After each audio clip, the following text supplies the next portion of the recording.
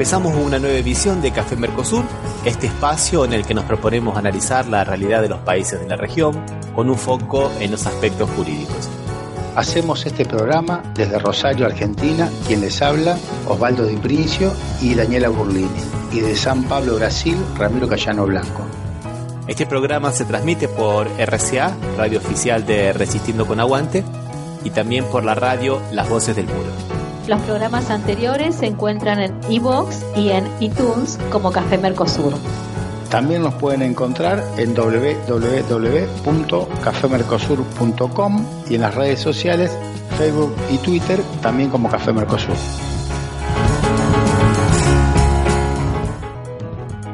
Bueno, estamos aquí en un nuevo encuentro de Café Mercosur con Osvaldo Di Princio desde Rosario. ¿Cómo te va, Osvaldo? ¿Cómo estás? ¿Qué tal, Ramiro? ¿Cómo estás? ¿Bien? Muy bien, y vamos a ver si se nos junta Daniela dentro de un rato. Y bueno, vamos a comenzar entonces. Dale. Vamos a comenzar, Osvaldo, hablando de una noticia que podemos llamarla un adentro, también podemos hablar como refresh.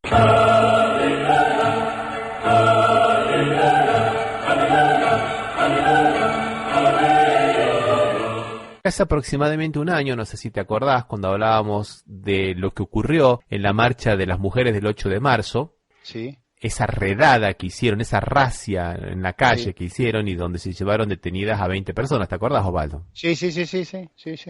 Bueno, ahora salió hace muy poco tiempo una decisión judicial del juez Osvaldo Rapa, tu tocayo, donde le dictó el sobreseimiento a las 15 detenidas y a los 5 detenidos en la marcha del 8M, que se cansaron de denunciar que la policía de la ciudad, sin placas identificatorias, había salido a cazar gente al voleo 2 horas después de la desconcentración, que habían recibido un trato violento, vejatorio en algunos casos, y que hubo acciones discriminatorias dirigidas principalmente a lesbianas y feministas. ¿Te acordás que habíamos dicho exactamente eso, Osvaldo? Sí, tal cual. Parece que tuvimos que esperar un año para que un juez se animara a decirlo en una sentencia.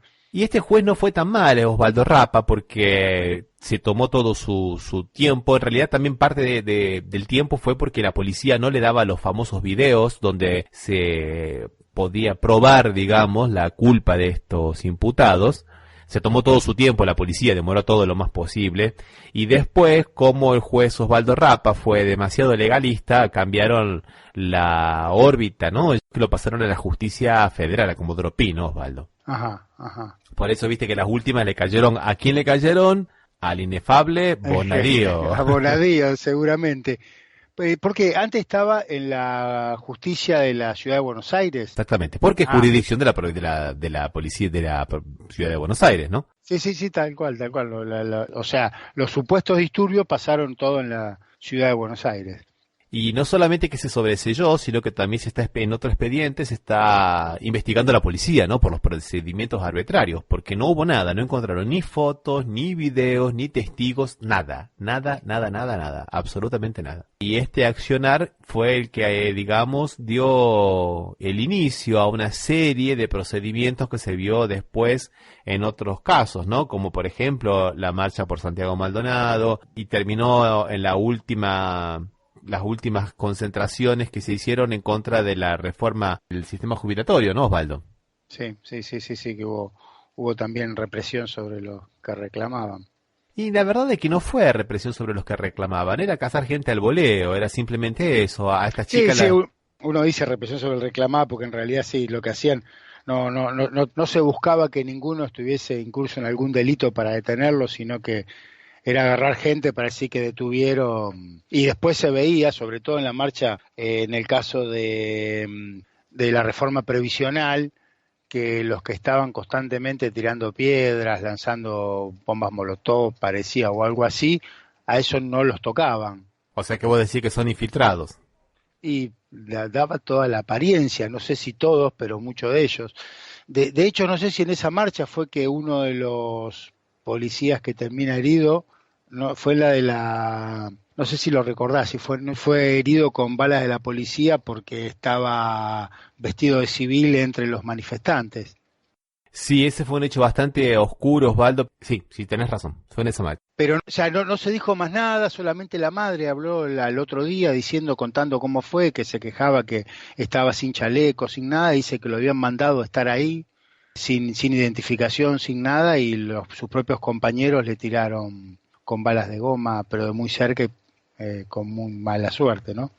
Sí, Osvaldo, tenés razón, fue en esa misma manifestación. Sí, sí. Y fíjate que ahora, en el 21F, la semana pasada, cuando se manifestó el gremio principalmente de camioneros, pero Sí. otros más, como la CTA y algunos otros partidos políticos, no hubo infiltrados, ¿no? Porque ahí la seguridad la hacía el gremio de camioneros que, digamos, tiene un know-how bastante grande en materia de seguridad, ¿no? Entonces ahí por lo menos Patricia Bullrich no puso infiltrados, ¿no? Claro, no pudo intervenir, diríamos.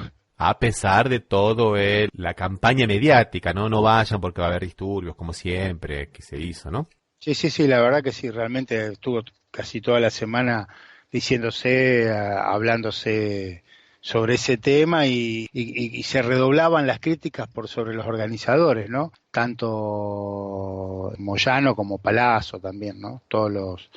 O Santa María, todos ellos recibieron las críticas más fuertes en esa semana.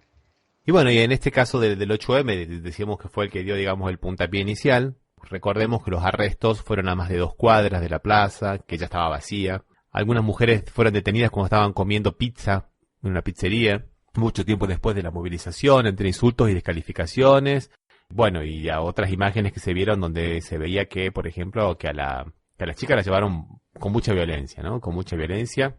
Según narró, por ejemplo, la periodista de Página 12, Laura Arnés, le dijeron que no se resistiera porque le iban a romper los brazos, sino. Sí. Y aparte, como vos bien habías dicho, los agentes tampoco se identificaran, lo que viola el protocolo que tiene determinado para intervención cuando hay marchas o reclamos o movilización de gente. La policía tiene que estar claramente identificada, ¿no? Que no es un protocolo para acá, que se utiliza en casi todos los países, diríamos, occidentales. Pero también es un protocolo de la ciudad de Buenos Aires, ¿eh?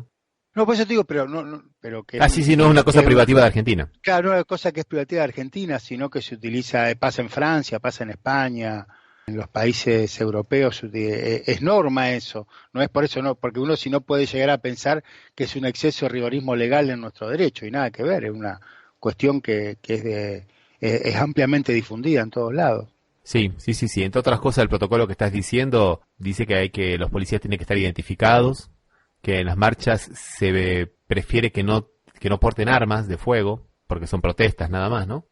Sí. Y bueno, son medidas que claramente no se cumplieron, ¿no? Y bueno, ¿de qué las acusaban? ¿Te acordás, no? Las acusaban de delitos que son bastante raros, ¿no? Atentado contra la autoridad, Sí. daños y lesiones, y daño agravado era porque supuestamente habían pintado la catedral. Solo que en ningún momento consiguieron mostrar una prueba que identifique los hechos delictivos con los autores, ¿no? Sí. Así que bueno, esto de alguna manera introduce el tema del que íbamos a hablar, ¿no? Que es el tema de la respuesta represiva tanto del Estado argentino como del Estado brasilero a los hechos de la criminalidad. O sea que nos sirve también como para introducir el tema, ¿no es verdad, Osvaldo? Sí, que o sea, que parece que hay una política común en los dos países, como tantas veces hemos visto en los 75 programas anteriores, 76, que los dos países están criminalizando la protesta y se ve que cada vez hay más inversión. De hecho, estaba escuchando hace un tiempo que decían que la policía no sé, la Ciudad Autónoma de Buenos Aires o la Policía Federal ya no existe más, ¿no? Pero la Policía de Buenos Aires, no me acuerdo de los dos, los había mandado a entrenar con la policía israelí en los territorios ocupados por los israelíes. Sí, es verdad, Osvaldo, sí. O sea que ahí están invirtiendo fuerte en seguridad, digamos, sobre todo para reprimir marchas, o sea, cosa que sería más útil, supongo, que se invirtiera para la persecución de delitos y no para disolver o cuando hay marchas o movilizaciones. Sí, vamos a ver después, Osvaldo, cuando analicemos más el tema que nos proponíamos hoy, cómo también eso tiene reflejo en la creación del enemigo interno, tanto en Argentina como en Brasil, ¿no? Bueno, Vamos a pasar a una noticia buena entonces. dale. Bueno. O una pausa musical primero, ¿qué? Bueno, vamos a hacer una pausa musical, tenés razón, Osvaldo. Vamos a hacer una pausa musical. Dale. Te propongo que escuchemos una banda que hace mucho que no escuchamos, que se llama La Vaca Multicolor, y vamos a escuchar Sopa Barata. Vamos. Dale.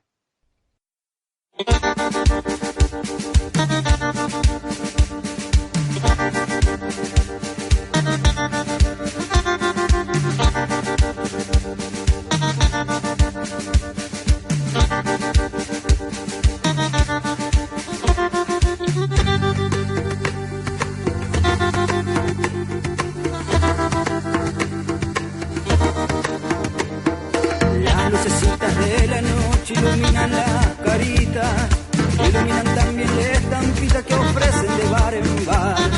Se reflejan en sus ojos las luces de la ciudad. Dicen que es un chicle y es mentira, son bolitas de alquitrán. Se acabó la sopa barata, señor. No pueden comer. Se acabó la sopa barata, señor. No pueden comer. Se acabó la sopa barata, señor. No pueden comer. Se acabó la sopa barata, señor. No pueden comer.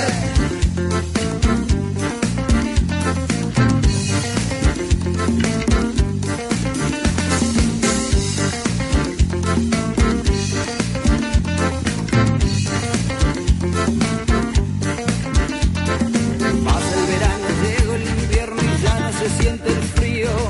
En la carne sino en los huesos, así como vienen, así como se van. Caminando descalzos por las calles de la ciudad. Hace justo y endureciendo sus corazones van. Se acabó la sopa barata, señor. No pueden comer. Se acabó la sopa barata, señor. No pueden comer. Se acabó la sopa barata, señor. No pueden comer. Se acabó la sopa barata, señor. No pueden comer. No pueden comer. No pueden comer. No pueden comer.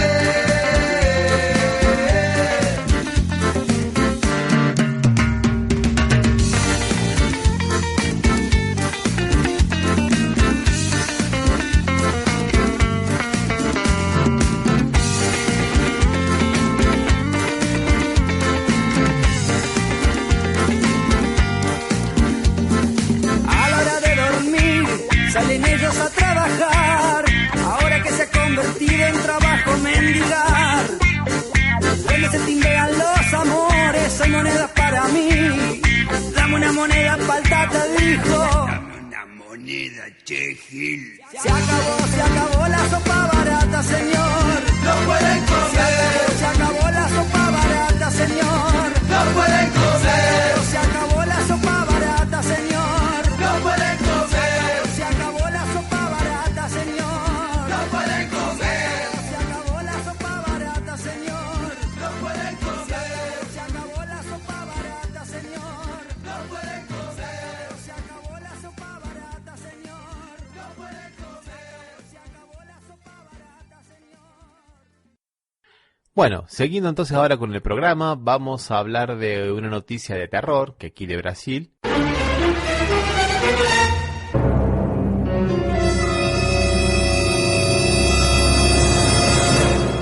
Que tiene que ver con un defensor público, específicamente el defensor público general del estado de Pernambuco, Manuel Jerónimo, y que dice, ¿sabés qué dice, Osvaldo? ¿Qué dice don Jerónimo? Don Jerónimo dice que el hecho de que una mujer vista minifalda puede ser determinante para la absolución de un agresor en casos de acoso o de violaciones, ¿no?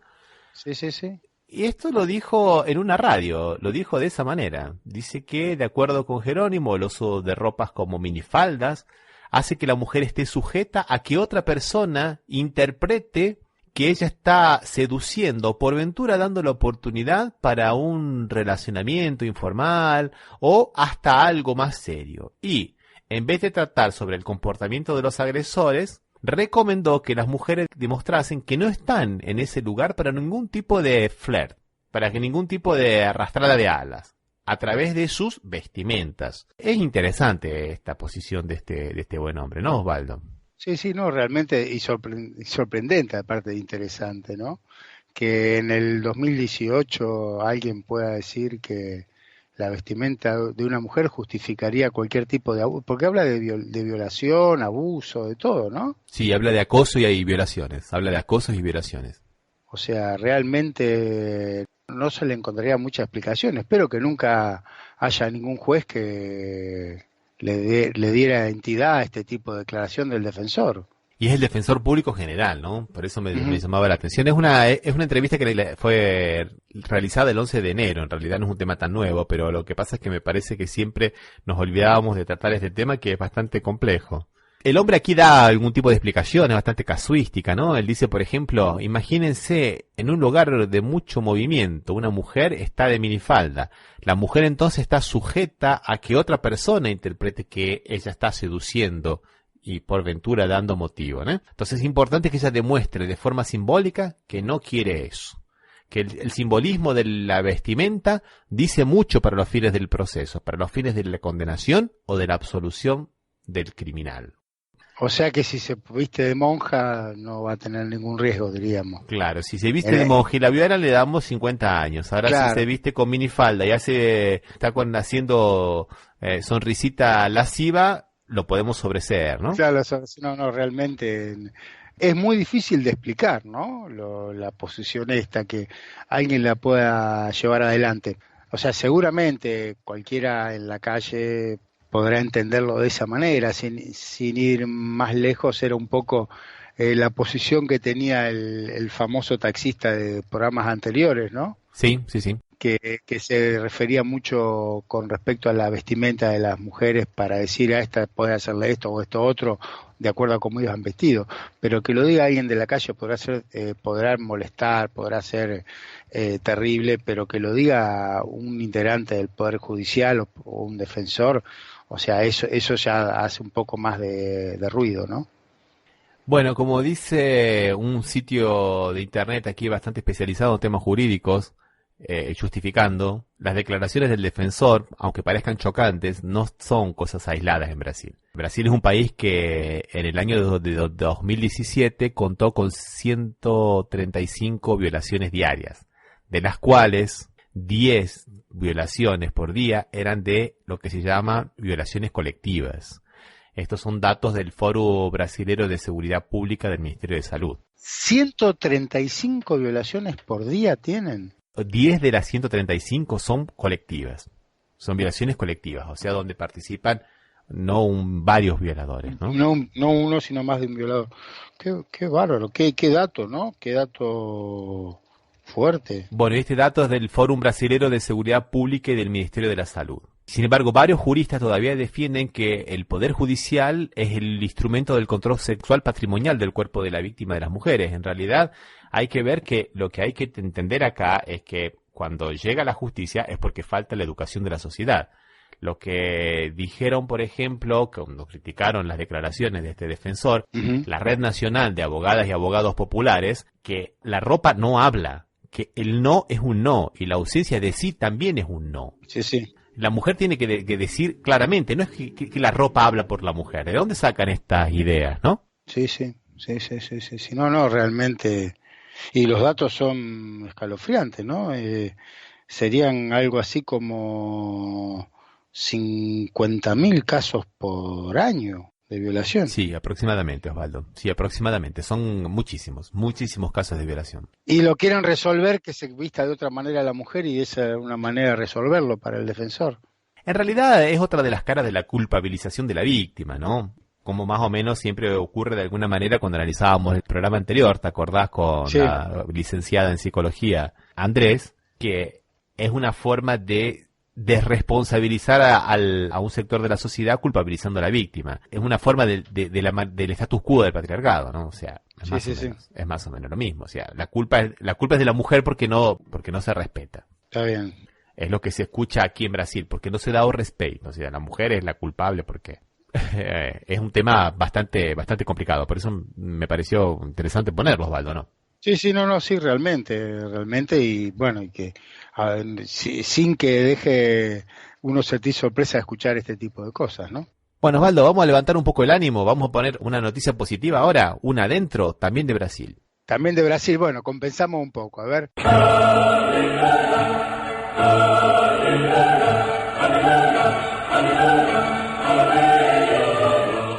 Y tiene que ver con que el Supremo Tribunal Federal decide que un decreto de Lula que reglamenta las tierras quilombolas es constitucional. Y acá vienen algunas explicaciones, Osvaldo. ¿Qué son estas tierras quilombolas? Quilombolas, eso, ¿qué son las quilombolas? Tal cual. Porque acá tendría otra interpretación, pero bueno, no sé allá cómo serán en portugués. ¿Qué son las tierras quilombolas? Las tierras quilombolas son las tierras que pertenecen a los quilombos. Quilombo es una palabra de origen africano, una palabra bantú, que es el lugar, digamos, natural de la naturaleza, ¿no? Donde se escapaban los negros esclavos, o esclavizados, mejor dicho, los negros esclavizados, que se escapaban y conseguían formar comunidades. Me acuerdo, sí, ahora que lo decís porque lo habíamos hablado ya, ¿eh? Lo hablamos cuando hablamos de Dandara, ¿te acordás, Osvaldo? Sí, cuando hablamos de los quilombos. Claro, que hablábamos de Dandara, que era la esposa de Zumbi dos Palmares, que era del Quilombo dos Palmares, ¿no? Que era uno de los principales quilombos que había aquí en Brasil. Resulta que a partir de la Constitución de 1988, aquí se les reconoce a los quilombos remanecientes en Brasil derecho a la tierra, junto con otros derechos que se les reconocen igualmente a los pueblos originarios, ¿no? Sí. Y lo que pasa es que no se hace, Osvaldo, no se delimitan las tierras, son muy pocos los quilombos delimitados. A medida que avanza un poco la frontera agropecuaria, a medida que las tierras entran en el mercado inmobiliario, echan a los negros. Esa es la verdad. Para que te hagas una idea, Osvaldo, apenas 4% de los más de 1.600 procesos de titulación de tierras quilombolas que están pedidos, ¿no? en el INCRA. Sí. Fueron concluidos. Apenas el 4%, Osvaldo. De los 1.600. De los 1.600. Estas tierras quilombolas, o sea, la gente sigue viviendo desde hace, por lo menos tendría que ser de más de 100 años o algo así. O sea, mientras existió la esclavitud, estas tierras eran ocupadas por los esclavos, ¿no? Sí, es verdad, Osvaldo. Lo que pasa es que acá hay un problema también, que por suerte fue a través de este fallo, por eso este fallo es muy importante, que fue resuelto, que es lo que se llama el marco temporal. ¿Qué significa esto del marco temporal? Hay un sector de la doctrina que dice que bueno, que es el que prevaleció por 8 votos contra 3, que dice que hay que reconocer todas las tierras a las comunidades quilombolas. Todas. Sí. Todas. Ahora había otro sector que había inventado una cosa interesante, que había que reconocer nada más que aquellas tribus que todavía estaban ocupando la tierra en 1988. Sin ver que muchos de ellos ya habían sido expulsos y que estaban ahora, a partir de la Constitución, queriendo retomarlo. Claro, ya habían sido expulsados. Está bien. Y que a partir de la Constitución, cuando lo reconoce el derecho, quieren retomar las tierras. Claro. Hubo 2 ministros, Díaz Tófeles y nuestro amigo Gilmar Méndez, que es como el bonadío del STF acá, del Supremo Tribunal Federal, acataron parcialmente el pedido, ¿no? O sea, dijeron que hay que demarcar, pero el marco temporal era el del 1988 y que no estaban ocupando la tierra en 1988 y comprobasen que perdieron la posesión en función de actos ilícitos, podían realmente volver a la tierra, ¿no? O sea, tenían derecho a la delimitación, digamos. Tenían derecho a la delimitación. Pero acá estamos invirtiendo de nuevo la carga de la prueba. Sí. O sea, ahora tienen que probar que ellos fueron expulsados de manera violenta de las tierras que ocupaban, o probar que estaban en el 88, estaban ocupándola. Con los que estaban a partir del 88 no hay problemas. El problema son los otros que vuelven, ¿no? Claro, suponete que haya estado algún 88 y lo hayan expulsado después del 88, antes de hacer valer el... Tampoco tendría que probar que él también había estado hasta esa... O sea, siempre la carga de la prueba la ponen en la víctima, diríamos, el que fue expulsado. Sí, Osvaldo, exactamente. Y además una cosa que es interesante, porque hasta 1988 las tierras quilombolas eran tierras que estaban, digamos, la gente tenía la posesión, no tenía la escritura ni nada. Sí. Y si a vos te echan y te sacan la posesión, o sea, es muy complicado después saber que vos ¿Cómo probás el derecho de posesión que estabas ejerciendo hasta el momento de la expulsión, ¿no? Realmente sí, es bastante problemático. Y mucha de esta gente, cuando supo que tenía derechos a partir del 88, ahí que comienza a reivindicar la tierra. Pero antes la gente dice, bueno, yo estaba porque la poseía, viene otro me echa y la posee, bueno, no tengo derechos. ¿Entiendes, Osvaldo? Sí, un poco juegan con la ignorancia de la gente, ¿no? Sí, pero bueno, entonces el decreto 4.887, firmado en 2003 por Luis Ignacio Lula da Silva, que comenzó a funcionar para hacer las delimitaciones, sufrió, digamos, por el partido DEM, que es asociado al PSDB, del partido DEM es los demócratas, que son partidos asociados al PSDB de Fernando Henrique Cardoso, presentaron una acción directa de inconstitucionalidad. Y lo declararon constitucional al decreto. Exactamente, con lo cual hay que hacer todas las delimitaciones de tierras y como corresponde, ¿no, Osvaldo? Como debe ser. Sí, como debe haber sido, De todas maneras debe haber bastantes resistencias, porque me imagino, si han, hablando de 1.600 procesos de titularización y que en realidad el 4% nomás se han expedido, o sea, hay un montón de procesos que van a llevar, que no sé si tiene la buena voluntad del poder político para que se sigan adelante, ¿no? Por más que la ley exista. Y mira, Osvaldo, qué bueno que es lo que estás poniendo, porque el presupuesto lo han disminuido en un 94% desde el 2010 al 2017. En el 2010 era apenas de 64 millones de reales y en el 2017 de 4. O sea, ya 64 es poco, no es nada. Sí, y 4 millones es nada para 1.600 procesos o 1.500 o 1.000 que deben faltar todavía de resolverse. Y con la inflación que hubo, todo, no solo que no se mantuvo, sino que se redujo a 4 millones de reales. Que con 4 millones de reales no alcanza para tener la más mínima estructura administrativa para poder resolver esa situación. Por eso te digo que a veces con la ley sola no siempre alcanza, no es muy buena que lo haya decidido el tribunal, que haya decidido darle la razón, pero a veces uno dice cuánto falta para que esto se ponga en práctica, que el poder político deba tener intenciones. Sí, Osvaldo, tenés razón. Además, una cosa que es interesante, Osvaldo, que me gustaría, como para terminar este tema, poner como telón de fondo, que acá tanto los que cuestionan la demarcación de la tierra como los que la quieren, ninguno tiene papeles, porque son tierras del Estado. Entonces no hay papeles, no es que, digamos, las comunidades quilombolas quieren sacarle la tierra que le corresponde a un señor porque la compró y nada de eso. No, son tierras, es una disputa por la posesión. Sí, y se buscaría con esta que las tierras estas queden con título o no a favor de las comunidades. Una vez que se hace la delimitación, hay un régimen especial que es de tierra comunitaria. Uh-huh. Entonces se les da un título definitivo como a las poblaciones de los pueblos originarios, donde es un nuevo tipo de propiedad, es una propiedad colectiva. Claro. Es de la comunidad, tiene un régimen especial. Tanto es así que el órgano es el INCRA, ¿no? El Instituto Nacional de la Reforma Agraria, ¿no? Bueno, Osvaldo, ya que estamos hablando de Brasil, entonces, ¿qué te parece si ponemos un tema musical? Dale. Y vamos a escucharlo a Nel Mato Grosso.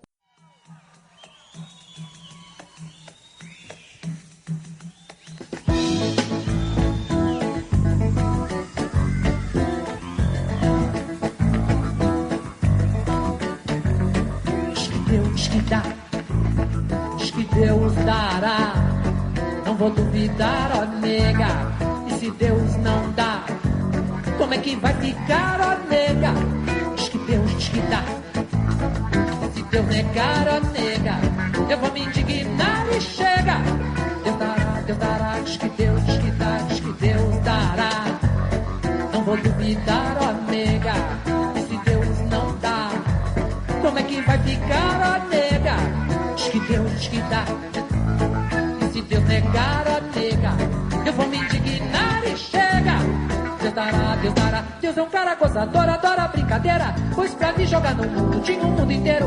Mas achou muito engraçado me botar cabreiro. Na barriga da miséria eu nasci brasileiro. Eu sou do Rio de Janeiro, diz que Deus dará. Não vou duvidar, ó nega. Se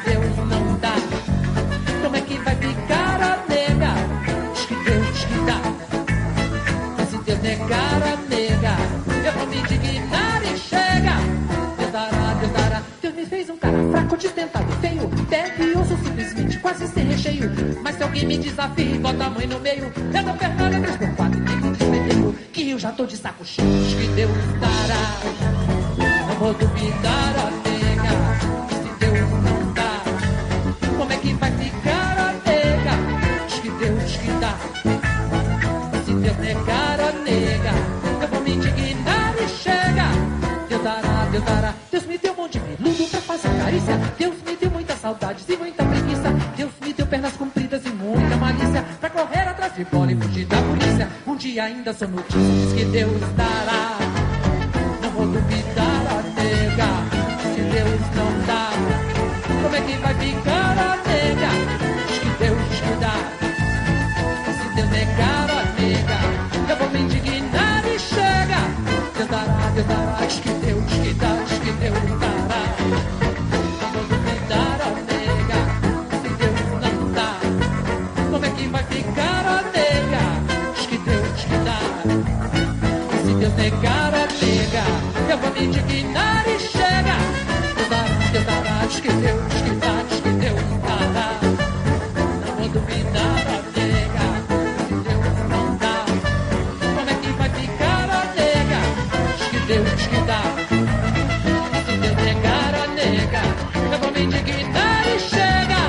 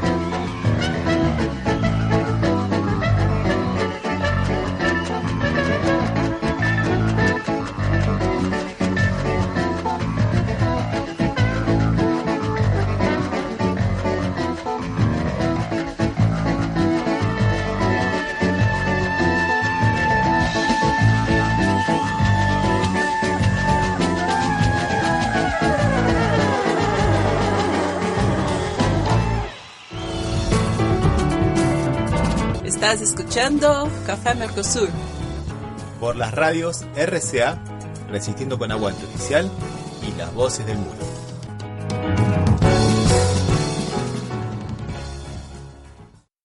Bueno, continuamos entonces ahora con el programa, pero vamos a ir a la parte que nos interesa, que es un poco la respuesta mano dura a los problemas de la criminalidad que se le da en Argentina y en Brasil. Específicamente en Argentina vamos a hablar, Osvaldo, de la doctrina Chocobar. Vos que estás en Argentina, Osvaldo, ¿qué se siente de esta doctrina Chocobar? No sé si es porque es políticamente incorrecta, diríamos, pero no es un tema que en la calle se charle mucho, se hable mucho de la doctrina Chocobar, que un poco habría que decir que es la doctrina Chocobar, que es permitir que la policía haga lo que cree que tiene que hacer y que no tenga responsabilidades después de eso, porque aparentemente lo haría en defensa propia. Y no hay mucha, o sea, posición tomada, más de los que siempre tienen idea de estas posiciones, que la manera de prevenir el delito o de disminuir el delito es de la mano dura, sacando algunos comunicadores que siempre tomaron esa posición, ¿no? Me da la impresión, no sé, vos que estás en Brasil, que allá en Brasil se discute menos que acá porque es mucho más tolerante con la mano dura, ¿no? Bueno, lo primero que me gustaría decir, Osvaldo, ¿por qué esto teoría Chocobar, no? Tiene que ver con un policía, Luis Chocobar, sí, que mató por la espalda a una persona que había robado a un americano, me parece, en el barrio de La Boca, ¿no es verdad, Osvaldo? Sí, un estadounidense que dice aparentemente unas cuchilladas y él salió corriendo y un policía le pegó 9 tiros o 7 tiros, creo, ¿no? Una cosa así. Sobre 9 disparos le pegó, lo mató con 2 disparos en la espalda, por la espalda. Pero este delincuente en realidad no estaba solo, estaba junto con otro, y no se sabe si fue él el que le dio los puntazos al turista norteamericano, ¿no? O sea que no se sabe. Lo que sí se sabe es que salió corriendo porque lo robaron en el barrio de La Boca, y este policía, Luis Chocobar, salió a correrlo y por la espalda, como se muestra claramente, lo bajó de 2 disparos, ¿no? O sea, pero por eso se habla un poco de la doctrina Chocobar como la doctrina mano dura. ¿Qué te parece, Osvaldo, si para entender un poco esto escuchamos un audio realizado por el CELS, el Centro de Estudios Legales y Sociales, y la radio Futura Rock? ¿Qué te parece? Dale. El policía Luis Chocobar no le salvó la vida a nadie. Según consta en la causa judicial, cuando empezó su intervención, los asaltantes ya estaban escapando. Lo que hizo fue matar a Pablo Cucoc, de 18 años, para impedir que huyera. Eso está prohibido por normas internacionales que indican cuándo un policía puede disparar un arma letal. Tirar para evitar una fuga también pone en riesgo la vida de los transeúntes. ¿Por qué es grave la defensa de Chocobar que hizo tanto la ministra de Seguridad Patricia Bullrich como el presidente de la Nación Mauricio Macri? Por un lado, porque pone como modelo de lo correcto a un policía que violó las normas. También porque confunde a la opinión pública al presentar una alternativa falsa. O la policía hace lo que quiere o no puede hacer nada. Y además, presionan sin disimular al Poder Judicial y condicionan a los jueces para que no investiguen los casos en los que la policía dispara sin criterio. ¿Cómo actúan los policías cuando están fuera de servicio? Los policías están autorizados a llevar a su casa el arma reglamentaria y a usarla si lo consideran necesario. Y en los últimos años mataron a más personas fuera de su jornada laboral que durante su servicio. En 2017, 2 de cada 3 personas que murieron a manos de policías fueron asesinadas por efectivos que estaban fuera de servicio. Algunos también usan el arma que les da el Estado para ejercer violencia contra las mujeres. Los casos más graves terminan en femicidios. En los últimos 2 años, en la ciudad de Buenos Aires y en el conurbano bonaerense, al menos 10 mujeres fueron asesinadas por sus parejas policías. ¿Y qué pasa con la seguridad de los propios policías? La ministra Bullrich se mostró preocupada por la cantidad de policías asesinados en el último tiempo. En realidad, al menos en el área metropolitana de Buenos Aires, en los últimos 14 años, esa cifra se mantiene estable con un promedio de 36 agentes fallecidos por año. Esto significa una reducción a la mitad en comparación con los 8 años anteriores, entre 1996 y 2003, cuando el promedio ascendía a 73 policías muertos por año. Pero además, las estadísticas del CELS muestran que más del 70% de los policías asesinados en los últimos 20 años estaban, al momento de morir, fuera de servicio. La pregunta es, ¿hacia dónde vamos? Las declaraciones de la ministra Bullrich y del presidente Macri son un peligroso mensaje para las fuerzas de seguridad y para quienes tienen el deber de controlar su accionar. Además, con sus dichos a la prensa buscaron condicionar el rol del Poder Judicial en la investigación de estos casos. La instalación de la doctrina Chocobar nos aleja del Estado de Derecho y nos sumerge en un Estado policial. Bueno, después de escuchar el audio, le damos la bienvenida a Daniela. ¿Cómo te va, Daniela? ¿Qué tal? ¿Cómo les va, chicos? Un gusto hablar de nuevo con ustedes acá en Café Mercosur. Bueno, estábamos hablando del tema del caso Chocobar, ¿no? De la doctrina Chocobar que ha inspirado un poco todo esto. Y bueno, para los que no viven en Argentina, una de las cosas más interesantes de este caso es que este hecho de Chocobar fue ampliamente respaldado tanto por la ministra Bullrich como por el presidente Mauricio Macri, ¿no? Que inclusive cuestionó a la justicia porque iban a investigar si no hubo exceso en el accionar del policía y Macri salió a cuestionar este tipo de decisiones en calidad de ciudadano, ¿no? Como si él en calidad de presidente pudiera hablar en calidad de ciudadano de temas que son de temas de Estado, ¿no? Pero aparte habló de su lugar de presidente de la Nación, habló en la Casa de Gobierno sobre este tema. En una conferencia de prensa que él llamó. Claro, por eso, o sea, no, él lo puede hacer en alguno de los tantos momentos que no está ejerciendo la presidencia, lo podría haber dicho, pero en ese caso lo hacía de Casa de Gobierno, una conferencia, o sea, era indudable que la voz que lo decía era la de Mauricio Macri como presidente de la República, no el ciudadano Mauricio Macri. Y creo que una injerencia de un poder en el otro como pocas veces se vio en Argentina, ¿no? Yo me permito disentir, no es como pocas veces, yo creo que es de alguna manera obscena, pero nosotros tenemos un hiperpresidencialismo en donde permanentemente el Poder Judicial está de alguna manera sometido, podríamos decir, al tempo, como si fuera una partitura, al tempo político que le marca el Poder Ejecutivo. Entonces, me parece como que esta vez es tan obsceno que, bueno, ya no se puede disimular, pero en un hiperpresidencialismo como tenemos en nuestro país y como tienen en Brasil, el Poder Ejecutivo es muy fuerte y marca agenda y marca posiciones.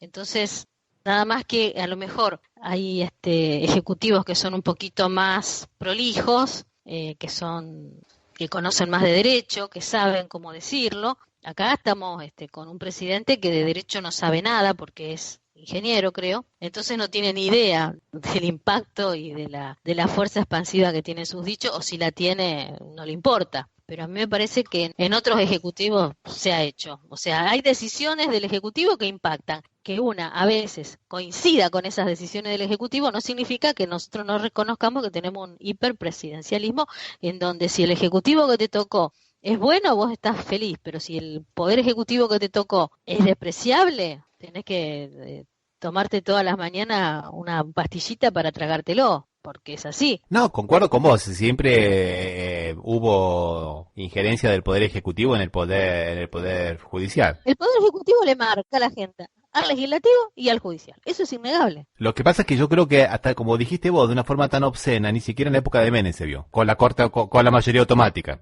Porque claro, porque Menem era, si bien era abogado, bueno, si bien se encargaba de disimularlo todos los días de su vida, algo sabía de derecho. Cuidaba las formas.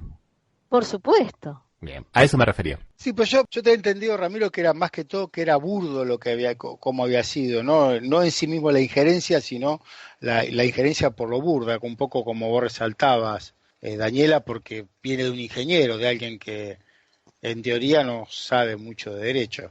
No sabe nada, como nosotros que no sabemos nada en materia de ingeniería. Física, de lo que, claro, no sabemos resistencia, no sabemos fuerza, no sabemos calcular. Él no sabe derecho. No, pero aparte de que no sabe derecho, me parece que también hay una soberbia de que cuenta con todos los medios hegemónicos, que todo lo que él va a decir van a salir atrás o buscarle alguna explicación o tratar de modificar las cosas. Creo que acá se junta un poquito todo eso también, ¿no? No sé. Por eso se da esos lujos, ¿no? De decirlo de una forma tan burda, tan obscena. Sí, lo que yo creo que hay atrás, que no tiene que ver con saber derecho o no saber derecho, hay un decir, bueno, miren, acá todo lo que tenga que ver con el respeto de los derechos humanos, de las personas que están sometidas al poder punitivo del Estado, que son, digamos, tomadas infraganti, ¿no es cierto? Que una vez que cometés un ilícito, te prenden infraganti, inmediatamente vos pasás a gozar de todos los derechos que te tiene que garantizar un Estado como persona en estado de inocencia. Sí. Esta es la Constitución y las reglas de juego de nuestro país. Lo que está diciendo el presidente es, nosotros no estamos de acuerdo con esas reglas de juego, porque si bien está la víctima y por otro lado estaba el agresor, que creo que lo agarraron infraganti, no sé si lo agarraron infraganti o no, creo que no, tampoco, no lo agarró infraganti, por eso le tira por la espalda. Claro. Sí. Usted, agresor, usted, ladrón, cuando lo aprenda el Estado, no le va a respetar ningún derecho. Y si viene una fuerza de seguridad del Estado y a usted le tira por atrás, el Estado de Derecho se invierte. Eso es lo que está y lo que prendió en un montón de gente que permanentemente agitaba la bandera en contra de lo que sería lo que falsamente le dicen el garantismo, que no es más que hacer valer las reglas de un Estado de Derecho. Entonces acá pasamos de un Estado de Derecho a un Estado represivo, Estado sin derecho. Porque las reglas del juego son, si a mí me agarran y me aplican el Código Penal, me tienen que respetar el principio de inocencia, porque está en la Constitución. No me pueden ejecutar y no pueden entender que un policía que representa a las Fuerzas Armadas del Estado, al brazo ejecutivo armado del Estado, no lo puede hacer porque está representando al Estado. El Estado no tiene pena de muerte. Y es lo que ocurrió aquí, ¿no? Que fue una pena de muerte sin proceso. Es una ejecución sumaria fue, sí. Y sin proceso. Eso es lo que, saquémosle, digamos, el polvo del derecho, lo que de alguna manera en el símbolo, lo que prende en el ciudadana común, es el mensaje que dio el presidente a la gente que lo votó con esa cabeza. Porque esa gente se cree que nunca le va a tocar que le apliquen el Código Penal. ¿Se acuerda cuando estudiamos en Derecho Penal, en la parte general, a Beccaria, de los delitos y de las penas? Cesare Beccaria, sí. Sí, bueno, Beccaria decía, que fue una cosa que me gustó mucho en ese momento cuando lo leí, que uno tenía que tener la mesura y el equilibrio de no pedir penas crueles o infamantes, pensando que nunca le iba a tocar que le apliquen a uno el Código Penal. Porque nadie está exento en algún momento de su vida de caer atrapado por el Código Penal. Entonces lo plantea desde un lugar hasta desde el egoísmo, que las penas y que se tenían que respetar, porque los que los piden, y tiene que ver con una cuestión de clase, son los que aplican, digamos, los legisladores o el Poder Judicial. Pero cualquiera puede tener, un hijo, alguien sometido a un proceso penal. Entonces, desde el punto de vista egoísta, se debía limitar y tener una legislación, decía de alguna manera, no cruel, lo contrario a la crueldad. En este caso, Chocobar, que nunca pensó que le iban a aplicar el Código Penal porque él no estaba del lado de los ladrones, se le aplican todos los principios de inocencia, el debido proceso, el derecho a la segunda instancia, lo cual él no permitió que se lo aplicaran al tipo que le metió las 18 puñaladas al extranjero. Entonces la balanza se desequilibró totalmente y el presidente, ¿para qué lado la inclinó? Porque acá es como que todo el mundo cree que se va a salvar toda su vida el Código Penal. A mí el Código Penal no me lo van a aplicar porque se lo aplican a los ladrones. No sabes si mañana te pasa algo y no te lo aplican a vos. Perdóname, al presidente le pueden aplicar el Código Penal por varias razones, ¿no es cierto? De los delitos económicos, unos cuantos, me parece.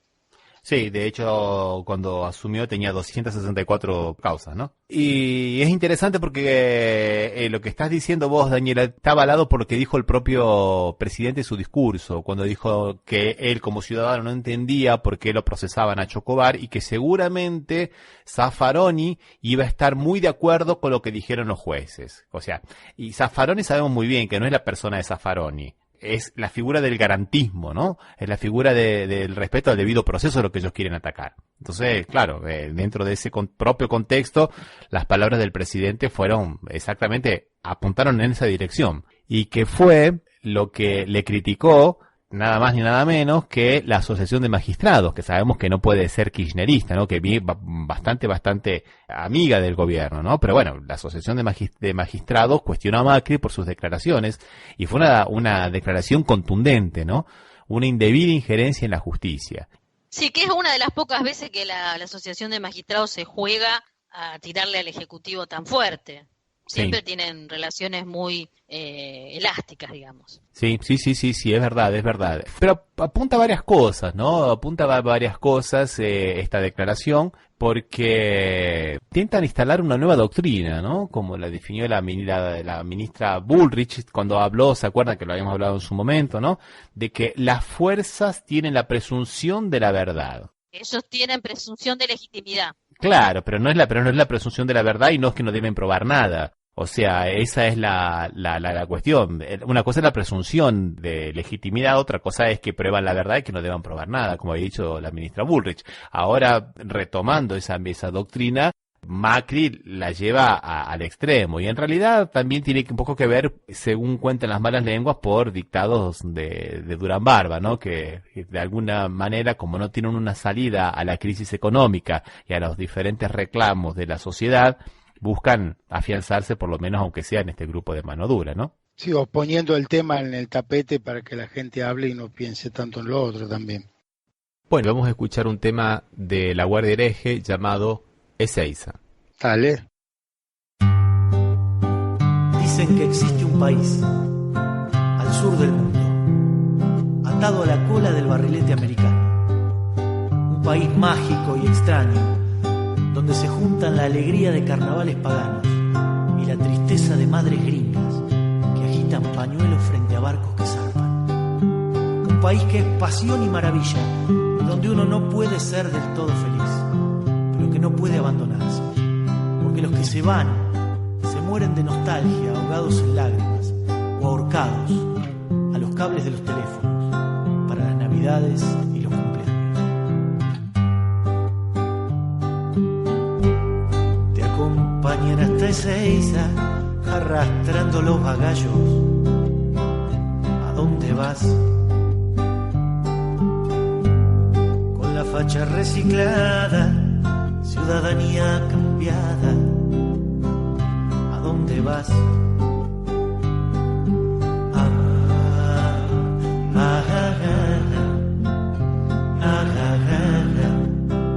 ¿A dónde vas?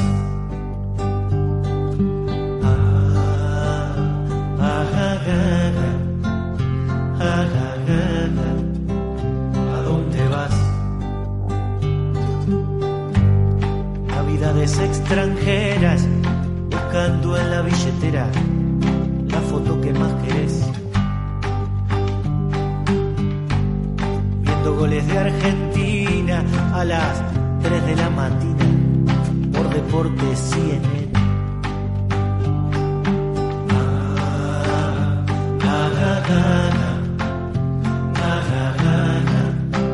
¿A dónde vas?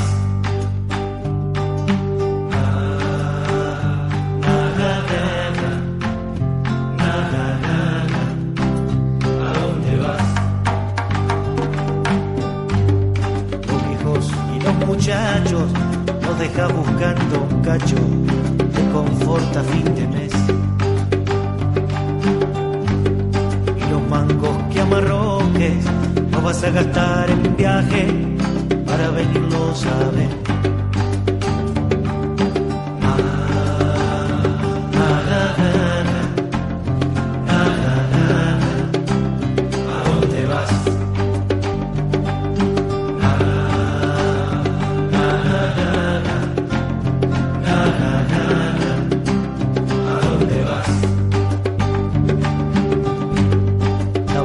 Con recuerdos no entra el patio del colegio ni el furbete de las 10. No entra el alma de tu abuelo, la quinta y el gallinero, el horno y el almacén.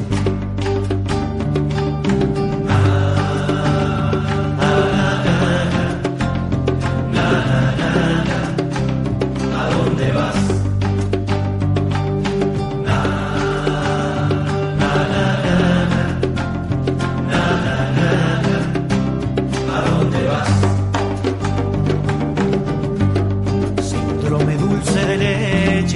Contrabandista de yerba y postales en inglés.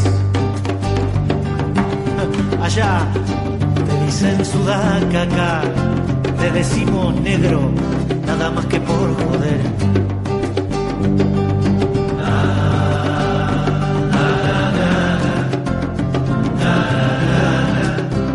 ¿A dónde vas?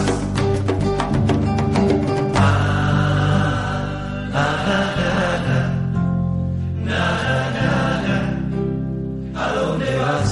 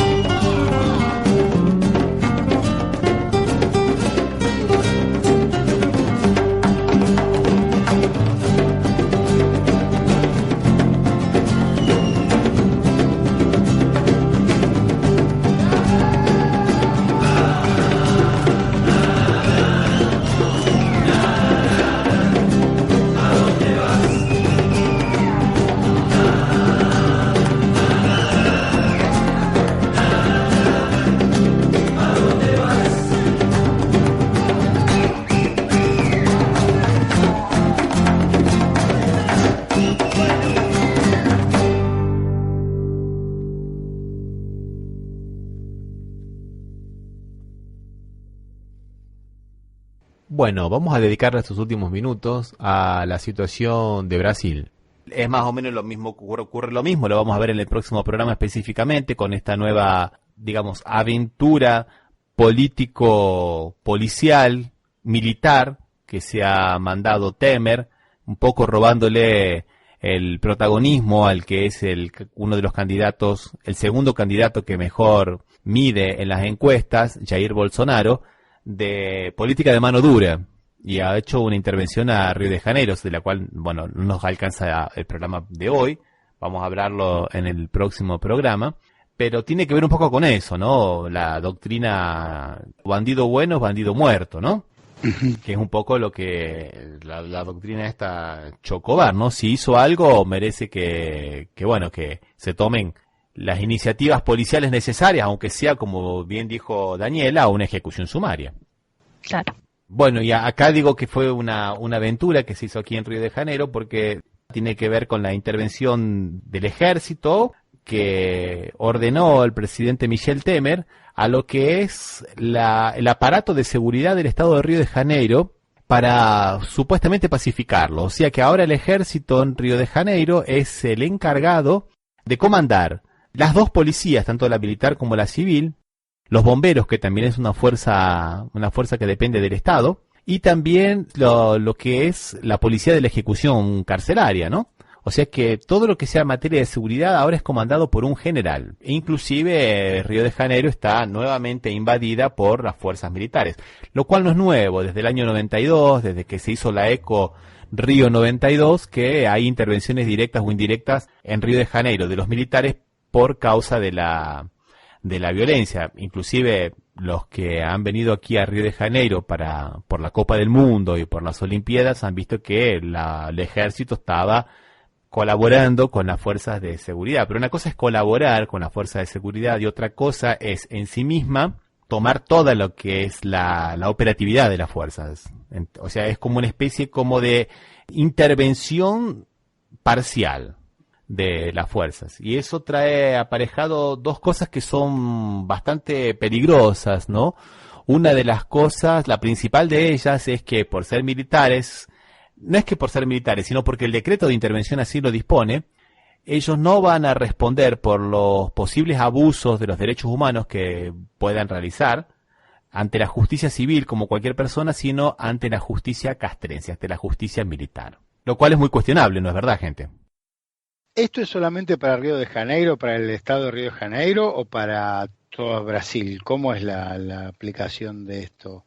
Buena pregunta, Osvaldo. ¿Por qué solamente para Río de Janeiro? Nada más porque tiene un límite temporal, que es el 31 de diciembre, y un límite espacial, Río de Janeiro. Pero Río de Janeiro no es el estado más preocupante en materia de seguridad. Digamos, está dentro de la escala de Brasil en el 10º lugar. Uh-huh. Inclusive si nosotros lo fuéramos a comparar con otros estados también muy importantes, no sé si no está mejor. Lo que pasa es que fue una jugada de política de marketing de Michel Temer, que se ha lanzado a la candidatura presidencial.